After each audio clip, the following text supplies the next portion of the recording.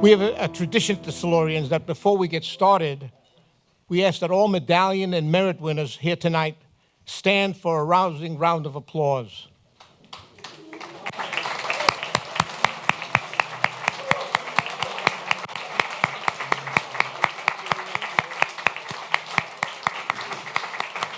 We're celebrating the best of New York area journalism, and this night belongs to you. But it takes a lot of people to put our awards program and dinner together. And I'd like to thank awards chair Jack Deacy for the Herculean work he put. It's a lot of work, I promise you. To dinner chair Scotty Williston for figuring out whether we wanted chicken or fish. To presenters Alan Dodds Frank and Tony Guida.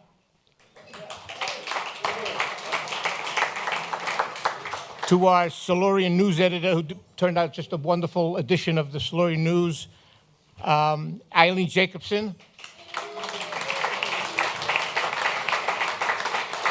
Ben Long and Myron Rushetsky, those who manned the check-in desk. And all the judges who judged our entries, our officers and board members, and more than 300 active members. Thank you all for the work.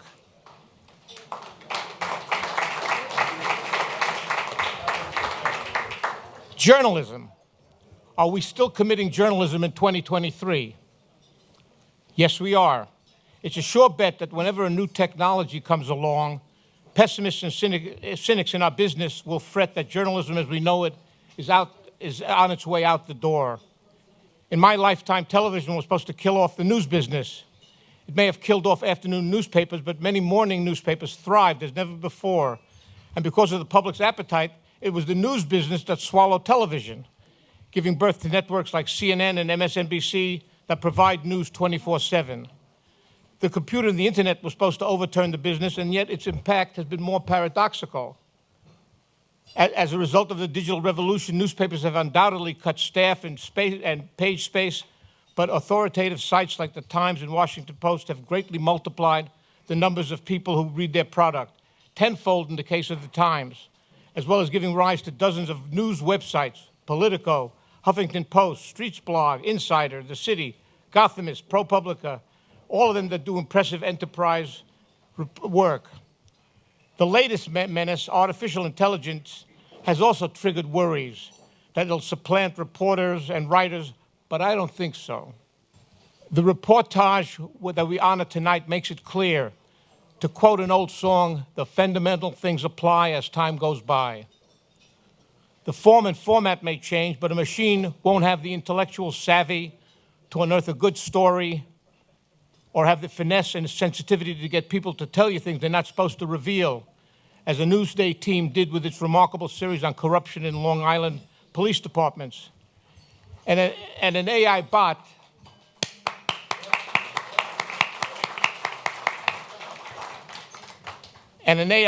can't tell a story with the elegance and poignance that Dan Barry and Karen Zraick brought to their story about the deaths of 3 workers on the Bronx construction project.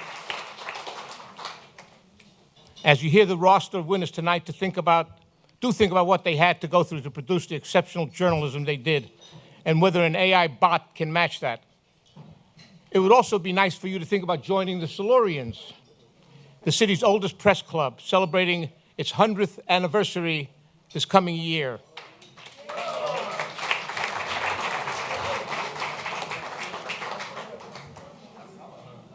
They were created before I was born. But I'll tell you more later this evening. Let me give you a sense of how we'll proceed tonight. As you nibble on your salad, we'll give out some awards, then have dinner and resume the awards handout. So I'd like to present the first award, the Medallion for Feature News Reporting, to Joe Goldstein of the Times for his honest, unsentimental depiction of a family coping with an autistic daughter, a teenager who had become unmanageable at home.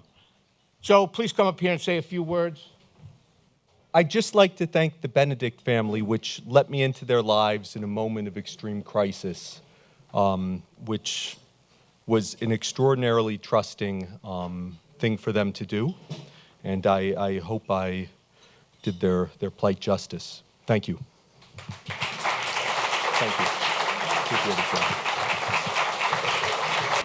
Can you imagine an AI bot getting into a situation like that? I mean, they can replace me giving out awards, but not to write a story like that. The merit goes to Troy Clausen for his depiction of the impact of the racist massacre in Buffalo on one family, and to Jake Offenhart of Gothamist for explaining how an accidental shooting of a city cop by another cop led to a lifetime prison sentence for the suspect they were pursuing. The Medallion for Award for reporting in minority affairs goes to a Newsday team that followed last year's award-winning series on discrimination by the Nassau and Suffolk police departments with a package of stories describing how the abuse of Black and Hispanic residents by these same police departments goes unpunished. The cases Newsday detailed focused on 4 people who died and 4 who were injured, yet the officers involved, despite strong evidence, were never or minimally disciplined. The team members are Paul LaRocca, David Schwartz, Sandra Petty, and Jeffrey Schwartz. I drew the short straw here, but I just want to say that I owe everything to Jeff, Sandra, and Dave. They really, I honestly, did the heavy lifting, and they're colleagues you learn from just when they don't even realize it, every day. And so thanks to the Silurians, and thanks to them, and thanks to our editor, Arthur Brown, as well.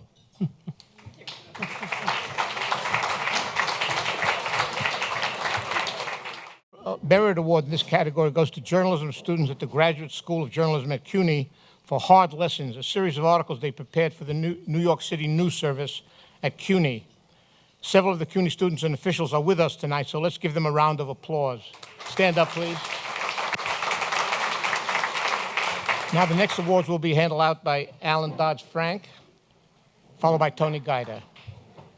The Medallion for Business and Financial Reporting goes to Greg David, of the city, for his examining the return to office debate in New York City. David's extensive and insightful reporting covered how people and companies work in New York in the post-pandemic era. He charted what the changes may mean to the economy and addresses the main issue about workers. Will they ever return? Will they ever return? Greg? Also, the citation goes to Phil Warbo. The Merit Award, I'm supposed to say, not citation. Goes to Phil Warbo of Fortune. Phil, are you here? Please stand up. Greg? So as a lot of you know, I spent 35 years and 2 months at Crane's New York Business, 23 as editor, when in March 2020, they called me up and said they could no longer afford me. Having covered every major crisis in New York since I got here in '85 and written about the big one, 69 to 77 in my book, I would have been psychologically impaired for the rest of my life if I sat this one out. But the city with Jerry Hester and now Richard Kim came to my rescue, and I've been able to cover this great story, and what else could anyone want?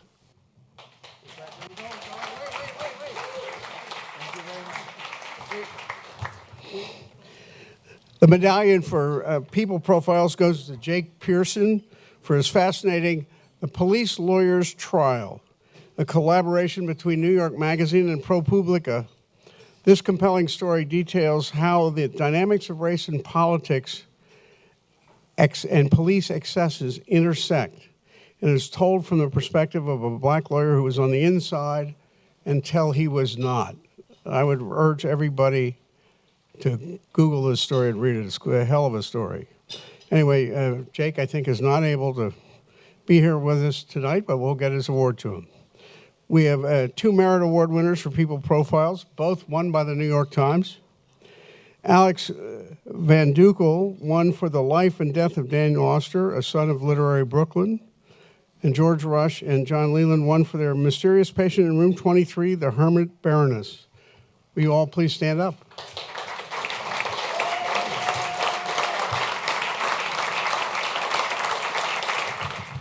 Hello, welcome. Nice to see you all. Glad you're here tonight. We have the Medallion for Television News Feature Reporting And we're awarding it again this year to a perennial winner, Walt Kane of News 12, New Jersey. And his producer, Karen Atenito, who unfortunately isn't here tonight. The report was a harrowing piece, distillation of their 4-year investigation into years of sexual abuse of pre-adolescent boys by a former sheriff of Warren County, New Jersey, Walt Kane. First and foremost, thank you to the Silurians for recognizing our work. I could not have done it without Karen Atenito, who's been my producer for 11 years and has reported every story along with me. Our photographer, Anthony Coco, has been part of the team for 20 years. I find that hard to believe when I say it out loud. But above and beyond, first and foremost, I want to thank the survivors who are willing to trust us with their story, Jack Jeffress and another courageous man who I can only refer to by his initials, WM. I promised them that we would do justice to their story when they trusted us to tell it, and I hope they agree that we did. Thank you. The best news at the moment, which is 7:21, is it's time for dinner. We'll see you anon. Okay, we're going to actually get to business. The medallion for breaking news reporting goes to Nicholas Fandos of the New York Times for a series of articles on redistricting chaos. This series explains how overreach in redistricting backfired on Democrats and cost them control of the U.S. House of Representatives. Now, Nick can't be here tonight, so Michael LaForgia, the investigations editor for the New York Times, is here to accept. Let me give you the deal here. Thank you. The one thing I know is that Nick's not here to receive this award, and he should be. But he's on his honeymoon, and he wishes you all, very well, and is very grateful for this award. Thank you.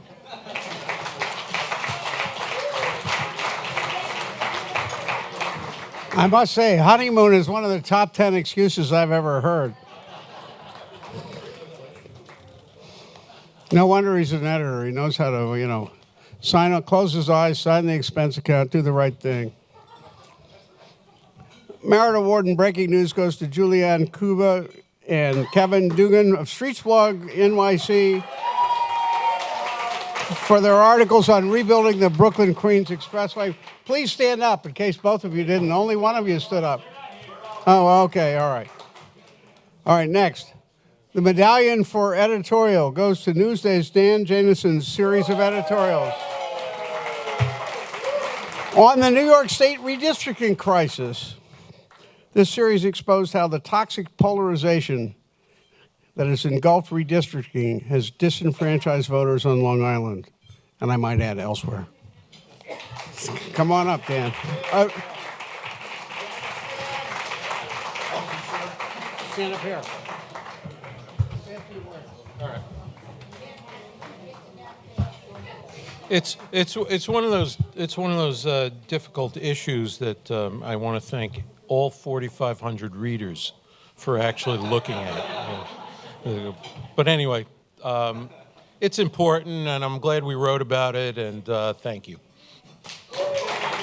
Thank you.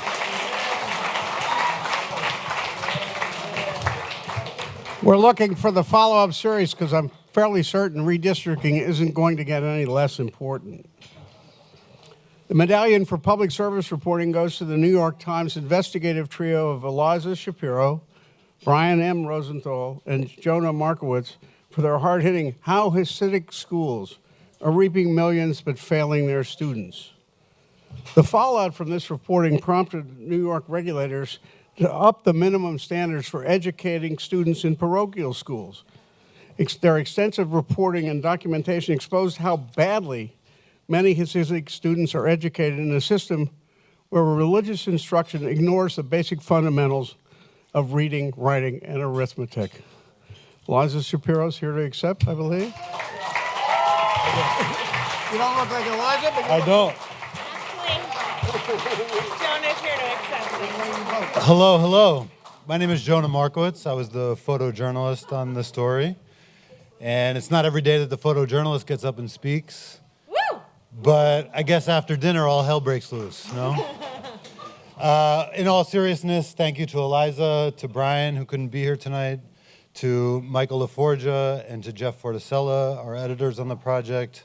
And most importantly, thank you to the folks who came forward, former yeshiva students, their parents. It was true bravery. It was a very difficult story to tell, and they came forward with their stories, and that's who deserves all the praise. So thank you very much. Appreciate it.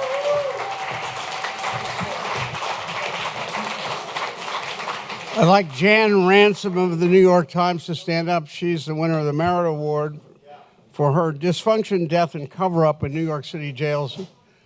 It's time for Tony Guida to guide us through the rest of the evening. Hello again. I hope you had a great dinner. I did too. That polenta was fabulous. I killed for polenta. It's a lively group. It really is. We should have cigars and brandy. Anyway, let us move along here for the Medallion for Sports Reporting. Goes to Newsday's Greg Sara.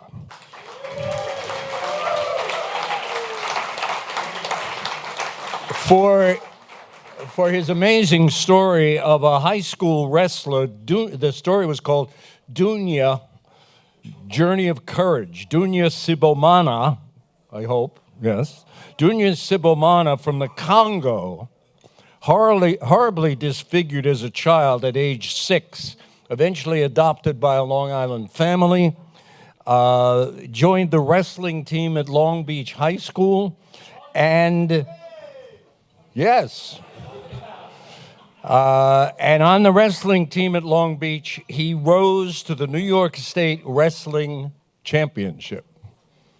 Greg Sara.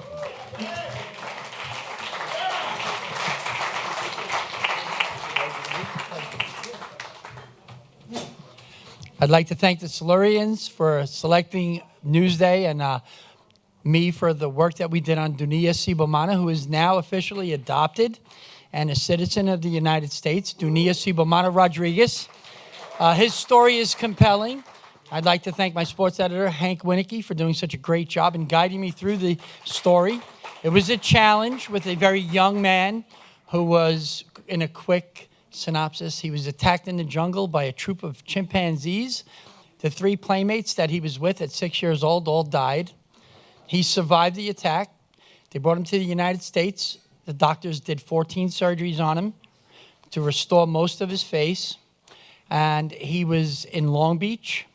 And a cool little story, if you give me a minute. They brought him to Long Beach.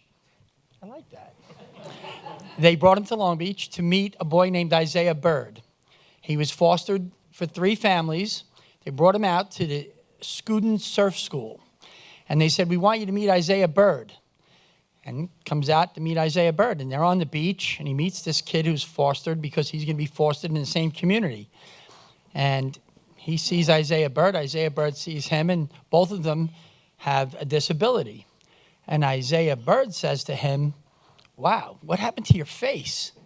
And Dunia looked at him and he said, where are your legs?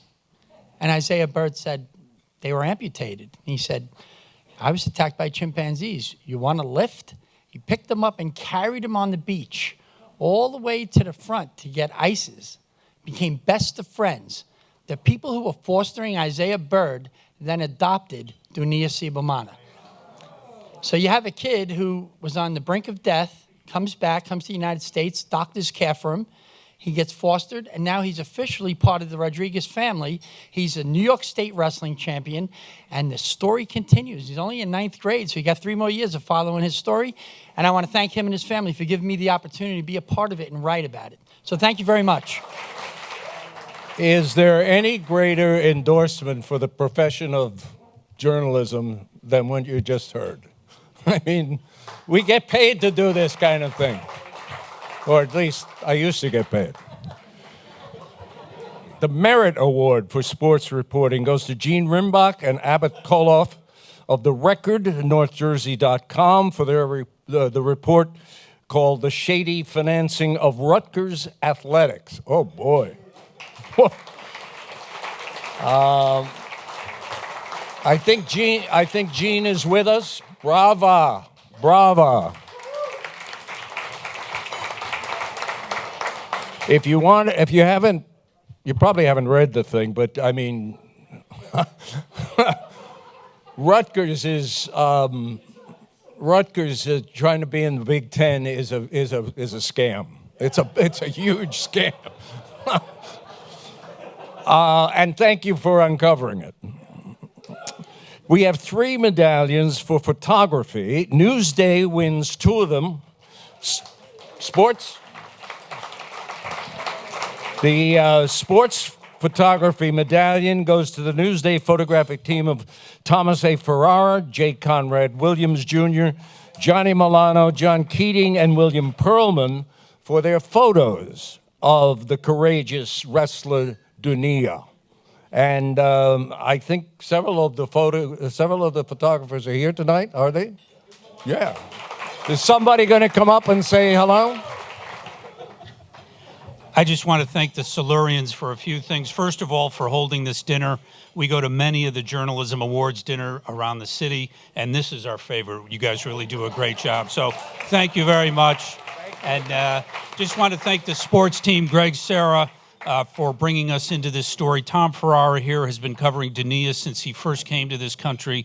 It was a great run, very exciting to watch him work his way through the finals. They didn't think he was going to make it to the championship, and he won the whole thing. So it was a terrific story. Great work by these guys. Thank you. Thank you.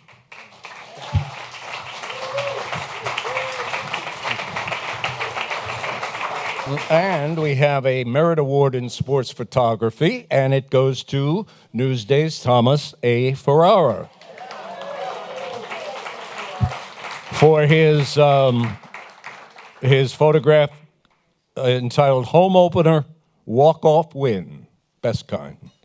Medallion in Breaking News Photography to Alejandra Villalorca of Newsday for her Grief in Bayshore, a wrenching portrait of the family of New York City firefighter Jesse Gerhardt at his funeral. Gerhardt died of a heart attack on the day after fighting a fire in Far Rockaway. And if you didn't look at your news, your Silurian news, it's the photograph on the front page of the paper. Alejandra is not with us tonight, unfortunately, but I'm told that some colleague from Newsday will accept. Thank you again. I want to thank the Silurians for recognizing Alejandra. She does such terrific work. If you look at the cover of the newsletter, it really is a heart-wrenching photo. She did a brilliant job. So thank you. Thank you. We have a medallion for feature news photography, and it goes to Jinyu Lin of Insider for her photo essay, The Next Generation in Chinatown. This was an essay with portraits of, photographic essay with portraits of grandmothers, mothers, fathers, sons, daughters, business owners, all of them, depicting how they pass the torch from one generation to the next. Jin Yu.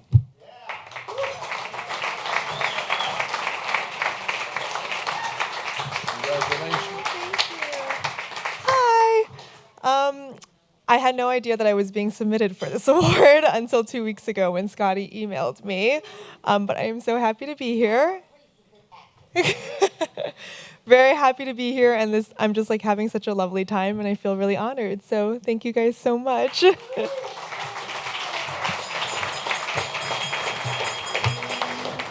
And it appears that I've called this fellow's name before, and yet we call it again, because he did pay a lot to the, under the table. And so we gave him 3 awards for that, for the kickback.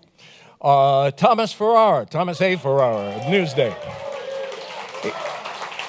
He's winning this time he's winning his second merit award for feature news photography for Witch's Paddle. And keep shooting. And we have a medallion for television breaking news. WABC-Eyewitness News is winning this year for their dramatic coverage of a terrifying subway shooting in one car of an N train in Brooklyn. I think you probably remember that story, when a shooter in that one car of the N train opened fire 33 times with his handgun. It's the WABC's coverage that wins the medallion. And their producer, Brian Laneker, are you here? Hiya, Brian. I'm just small part of the team that put that on, and so, you know, to be accepting it on behalf of Channel 7 is such an honor, but to be doing it in a room filled with all of you is even better, so thank you very much. Now, I think you heard before, but it bears repeating. The Silurians Press Club is about to turn 100 years old, and let me bring Joe back to, our president, Joe Berger, back to the podium to talk a little bit more about that. I've been asked to acquaint our guests with who we are and what we do. And as Tony said, we're almost 100 years old with a very odd and esoteric name. Our founders must have had a self-deprecating sense of humor because they named us after the Silurian geologic age and probably joked among themselves that the veteran and retired journalists who made up much of the club were a bunch of dinosaurs and fossils. Actually, our collection of more than 300 members includes many working journalists, even if some are retired or semi-retired. The legendary Bob McFadden, the preeminent rewrite man and Pulitzer Prize winner who joined the Times more than 60 years ago, is still writing advance obituaries of the nation's most prominent persons. Most recently, as you read those gems of an obit on Daniel Ellsberg and Robert Gottlieb. Wonderful. David Margolick, another member of our board, is writing 2 biographies simultaneously, or getting neither of them done, but he's trying. One on Sid Caesar,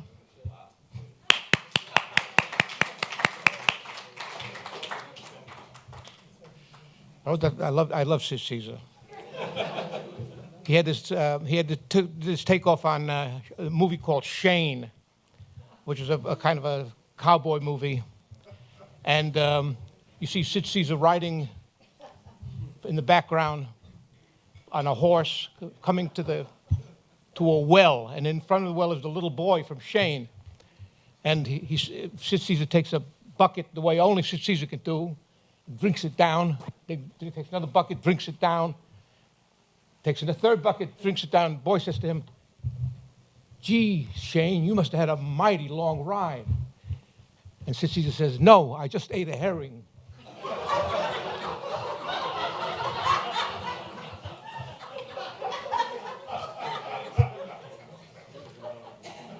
Unforgettable. Anyway,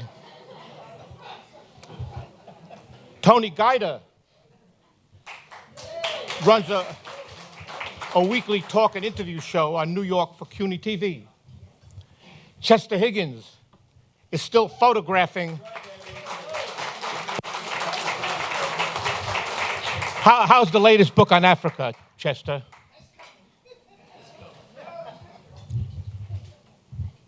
Marty Gottlieb comes out of retirement like Michael Jordan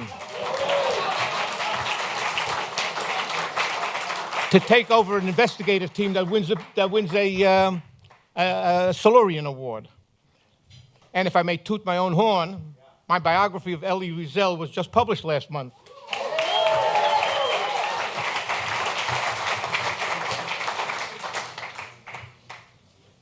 See, retirement gives you more time to work. Still, we're always looking for new blood as long as it comes with a few years of actual experience. Our club has a long and colorful past. The club was founded in 1924 by a group of maverick Park Row newspaper veterans, Charles Edward Russell, a Pulitzer Prize-winning muckraker, and co-founder of the NAACP, was the club's first president, and early members included Lincoln Steffens, John Steinbeck, and William Randolph Hearst. The Silurians gather once a month at the National Arts Club to have lunch and listen to a prominent journalist or author discuss his or her latest work. The provocative and entertaining speakers have included Robert Cairo, James Stewart, who's our most recent speaker, Ken Oletta, Jelani Cobb of Columbia University Journalism School, Pete Hamill, Gloria Steinem, Dan Rather, Edward Sorrell, Maggie Haberman. Maggie filled this room, and that room too. Michael Wolff, Seymour Hersh, Arthur Sulzberger, Tom Brokaw, Linda Greenhouse, Joe Lillyveld, and Gay Talese. We also honor journalists for lifetime achievement. Joyce Pernick was this year's winner, Chester Higgins last year's, and we also give out a Peter Keese Award to an outstanding local reporter who takes the time to mentor younger journalists. We do some good as well. We give out scholarships to promising journalism students at local colleges and universities, and have a contingency funds for journalists in need. Most of all, joining the club offers a chance to regularly get together and schmooze over a good meal with people who served in the trenches with you and knew you when. If you've worked as a journalist for at least 8 years in print, TV, or internet, I hope you give some thought to joining. I have some applications here, and the membership really is a modest amount. And if you're interested, or you can also go to our website, silurians.org, for an application. And now the Oscar for Best Picture goes to, the President's Choice Medallion. Wait, is there more that I have to give out? There's more. I'm sorry, before we do it, sorry.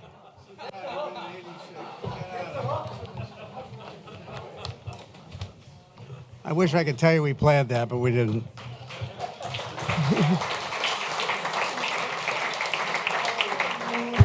We don't want the president preempting himself, right? Anyway,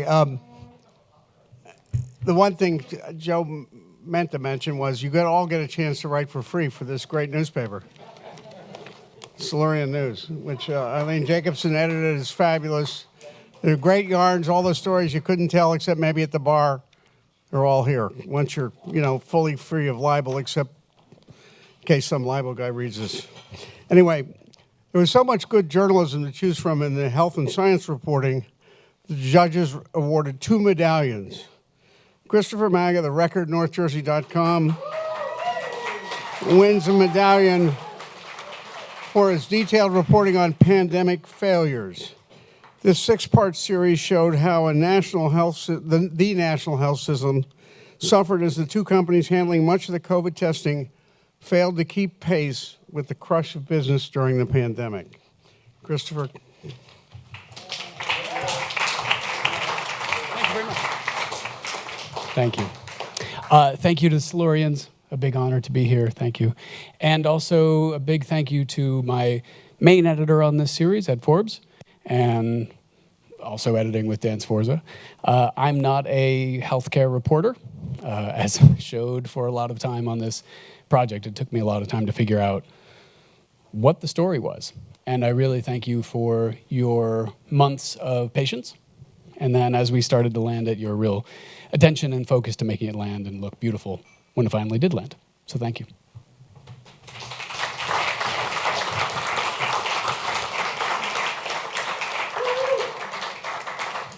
I often wish I'd been smart enough to thank the editors who actually helped me do much better stories. So here's to the editors in the room. Sharon Otterman and Joseph Goldstein of the New York Times.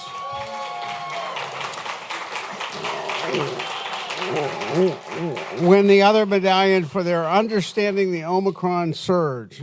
For those of us who could not get enough solid reporting about the pandemic, this reporting team delivered brilliant analysis of how the public health system responded during the later waves of the pandemic and what we all learned about COVID's many faces. Here they are. Thank you to the Silurians for this incredible honor. This is really, I guess, a triumph of beat reporting. We're lucky that we get to be together on a beat, partially because of the pandemic, and work together and with each other to, cover the biggest story of our time.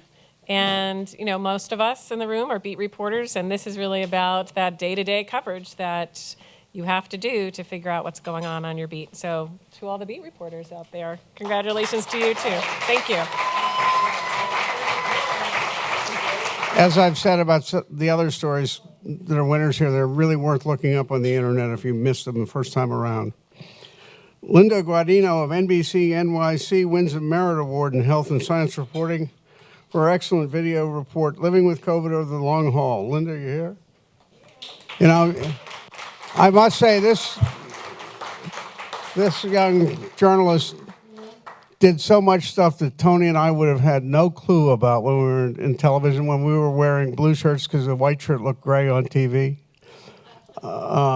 She does it all. I mean, there's no call on the desk to say, I need $2,000 with a helicopter. She sends her own drone up or whatever the hell she does. She did everything. It's an amazing bit of producing. Congratulations. Okay, so in the investigative reporting, Jesse Coburn of Streetsblog NYC won the Medallion for his Always Scared. Just when you were worried about public safety in New York, you learned that you learned if you read this story, that one of the most dangerous places to be around is a school. And it's not the drug dealers, the teen gangs, or the pedophiles who are the cause for concern. I mean, as much as we'd like to think they were. It's not the transgender guys, it's nothing. It's the drivers. Utilizing a massive data crunch, Coburn brilliantly shows us what the public and government officials should have known for a long time. The streets around schools need to be protected way better than they are. I urge everyone to read this story, and for those of you who aren't in the 5 boroughs, to see if this story applies where you are. Of course, I'm thinking of Newsday because they have a great crack investigative team. And I'm not kidding. You know I'm not kidding. And I would say the same thing in the Record, et cetera. This story, I bet, applies almost everywhere in the country because drivers are nuts all over the country. Anyway, it turns out that he crunched millions of data points and figured out that it's really dangerous to be around a school. And he just flew in, I think, from JFK from somewhere. Jesse, come on up.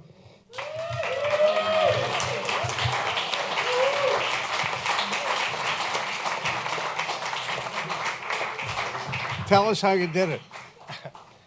Well, I just want to thank my editor, Gersh Kunstman, for guiding me through this project and giving me the space and time to work on it, and of course to the Silurians for this honor. So, talk for a minute about how you managed. What made you think of this story? Did you get hit by a bus in front of a school? well, I'm not just saying this because he's here, but it was Gersh's idea originally. Although I don't think he had the ultimate scope in mind that the project assumed. But we basically joined a bunch of New York City data sets together that no one had ever thought, I guess, to put together, and sort of came upon this alarming finding that rates of car crashes and injuries are much higher near schools than pretty much anywhere else in the city. So we just took it from there.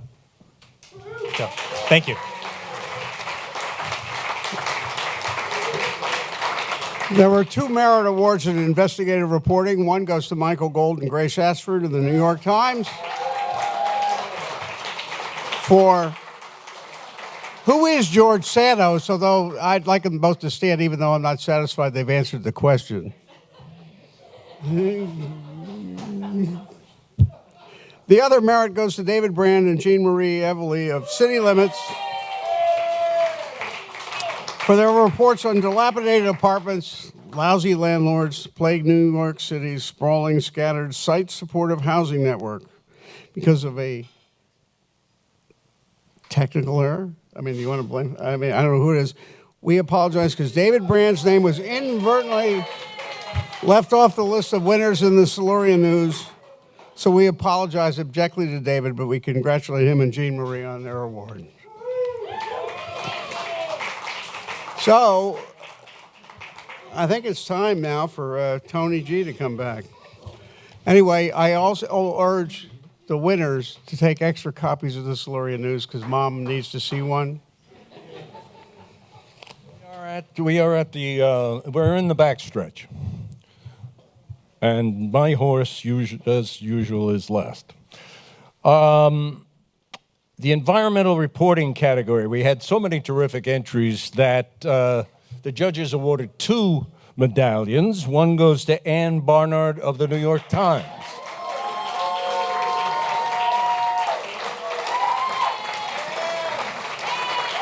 The story,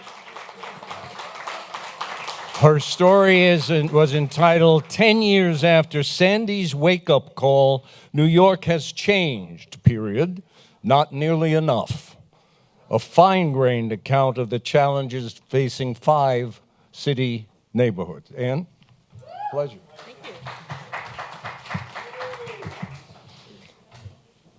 Thank you so much to the Silurians, and I want to invite Jade up here too. Jade Doskow. This was a labor of love for both of us, and I so appreciate that Sharon Otterman mentioned beat reporting. Jade, the photojournalist, and I, the reporter, had both covered this beat for years from different perspectives. And, you know, I'm a reporter who really loves to seriously collaborate with a photojournalist, like to really report together. And you win the jackpot when you get a photojournalist who wants to do that too. And I'm just so proud of how we managed to do this together. And I want to say that that's, like, I think the future of journalism. And I see Jonah and Karen and people in the room that are doing that, and we should just keep doing that. So that's the first point I wanted to make. Did you want to say anything, Jade? Well, thank you all, and it was such a great story to work on with Ann, so thank you. And we're so grateful to, like, people in 5 neighborhoods that we wrote about. It was like writing 5 stories, and honestly, there were probably like 15 other neighborhoods that we knew that should have been in there. But the other point I want to make is a really important one that we don't talk about enough in journalism. I mean, so much of what we do is collaboration. This was a real labor of love among not just us two, but designers, editors. Bill Ferguson is here, and a number of journalists who helped out on the story. And honestly, an issue that we need to think about in our industry is, you know, in environmental reporting, we talk a lot about climate trauma, we talk about climate grief, but I've been mostly a war reporter on and off during the last 20 years. And when I was finishing this story, I was reaching the breaking point of dealing with PTSD. This is something we don't talk enough about in journalism. And our industry needs to work a lot on it. And oftentimes we are too scared to talk about it because we feel like our sources have been through more. There's always some journalist who's been through more. And although it didn't really have to do with this story, when I was coming to the point of filing this story, I was like at my own breaking point after 20 years of covering wars. And I could not have finished this story without the true support and faith in me of Bill Ferguson and John Leland and other colleagues. And that is something that should happen more in our profession. That we are not scared to talk about this. That when we're vulnerable, we can rely on our institutions to support us and to be with us in that. So I want to say that. To say that nobody should be ashamed to talk about that. And it doesn't really have to do with this particular story, but it has to do with something that's so real for all of us in this industry right now. So thanks for all my colleagues, and I'm so happy that this story's been recognized. The other medallion in environmental reporting goes to Elizabeth McCauley of The Insider for a riveting video report. Incredible pictures. The story was called "A New Law Could Clean Up One of America's Most Polluted Neighborhoods." The neighborhood in question is the ironbound neighborhood of Newark, Some of the best Portuguese food in the metropolitan area is in the Ironbound section. But also in the Ironbound section is an airport, a meat rendering plant, 3 power plants burning natural gas, and New Jersey's largest trash incinerator. So Elizabeth's marvelous report documented the dire environmental situation in the Ironbound. Elizabeth happens to be in London at the moment, so we send our congratulations to her, and we're FedExing her medallion over there even as we speak. There are 2 merit awards in this category. One is to Liz Donovan of City Limits.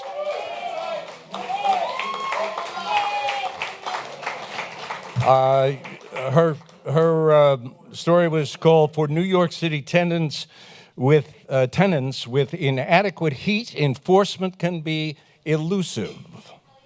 Yes, it can. And the other is to Julianne Kuba of Streetsblog, New York, for 2 pieces, What is Green Development? And Developer Blasts Harlem Paul. Kind of sounds like one of those Variety headlines, doesn't it? Hicks, Nicks, Picks, Sticks, or whatever it was. Okay. Anyway, congratulations, Liz and Julianne. The Medallion for Arts and Culture reporting goes to Alex Traub of the New York Times. This must be him. He wrote 2 pieces that were collectively entitled The Cultural Vibrancy of Working Class New Yorkers. One is about an elderly vocal coach, the other about the proprietor of something called film noir cinema.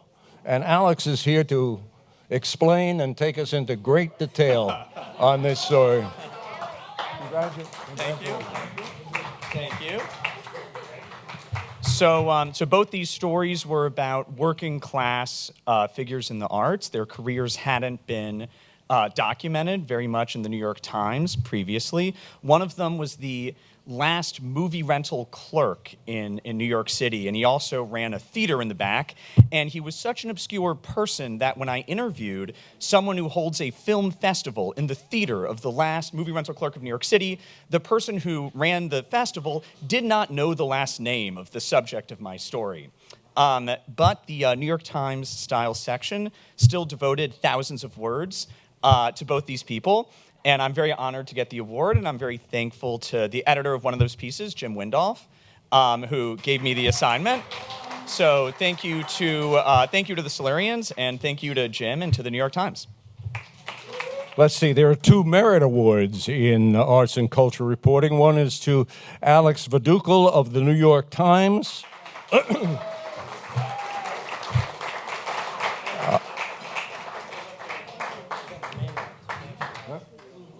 Well, thank you. I worked on that. I've been practicing. Alex's piece was called "Ghosts of New York's Glamorous Past Haunt an Empty Pub." And the other merit award in this category goes to Thomas Mayer of Newsday.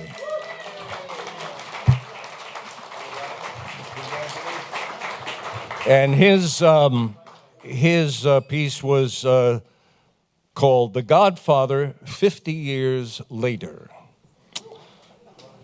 And you applauded them, but why not again? Because we're almost at the end, folks. We at this point we do want to take it to the finish line with Joe Berger to present tonight's top prize, the President's Choice Medallion. Joe? It's my honor to give out the award for the President's Choice Medallion. And this year it's given to Dan Barry and Karen Zraick of the Times for a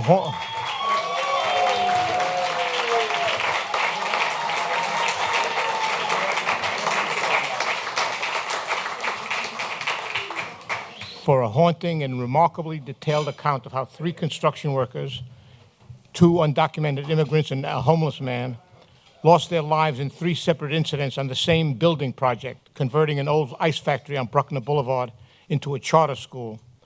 I'm told that Dan read an article in the Daily News about the death of one of those workers and wondered whether there was more to the story. It turned out there was a lot more. And he and Karen investigated not only the shoddy record of the construction company and the city's minimal enforcement, but they also brought the victims to life, telling their stories of migration and homelessness. Here's at the top to give you a sense.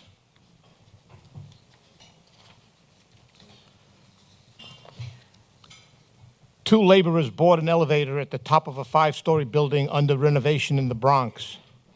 They wear construction helmets, reflective vests, and face masks, none of which will do them any good. The older man, a supervisor, rarely talks about anything beyond what needs to be done at his work site at 20 Bruckner Boulevard. But he and his younger co-worker have become friends through a morning ritual. One buys the coffee, and the other buys the donuts. The job at hand is to take 2 waist-high containers of construction debris down to the ground. The doors are closed and a button is pushed. The elevator shudders, then drops. The floor seems to vanish between the men's work boots. They scream as they plummet, a crash, then stillness, save for clouds of disturbed dust. It is early morning on May 19th, 2021, and this site, where an old building is being transformed into a charter school, has just distinguished itself from the 40,000 other major construction projects in New York City by having its 3rd worker fatality in less than 3 years. That's writing.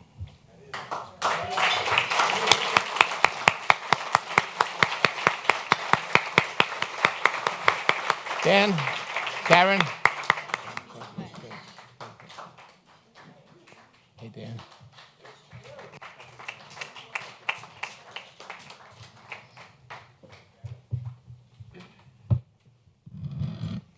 Thank you so much to the Silurians for this award. It's really an honor.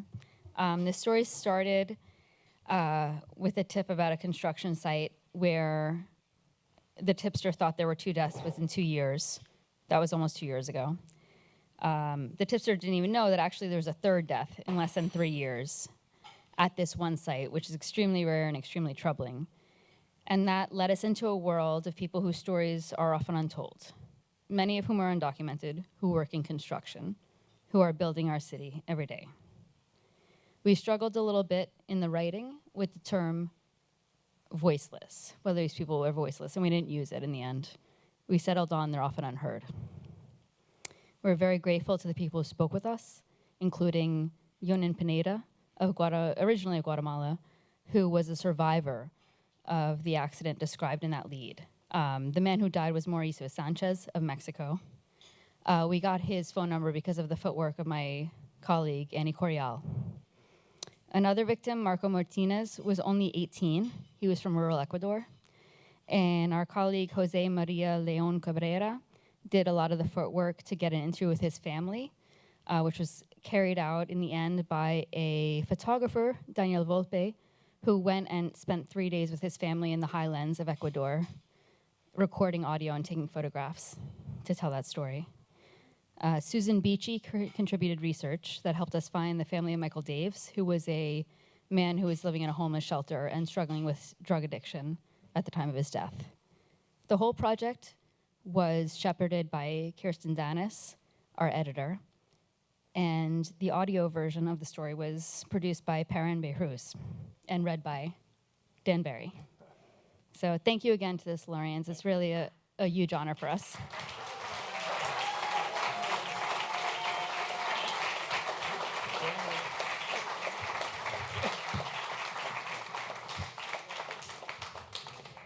Okay,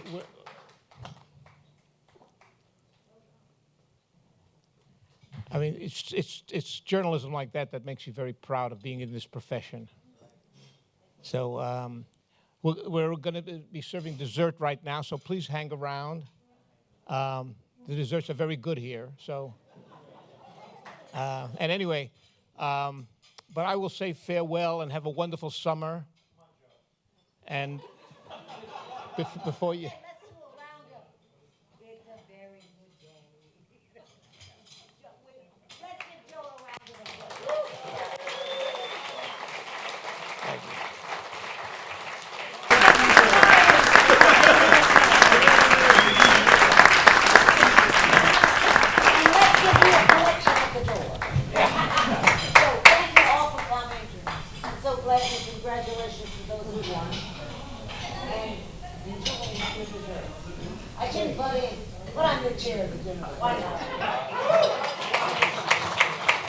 By the way, just to give you a teaser, we think in September we're going to have Steve Engelberg of ProPublica as our luncheon speaker. So all of you who are certainly in the internet reporting field, and certainly everybody who knows Steve should find that a very interesting lunchtime. So please come, and have a wonderful summer.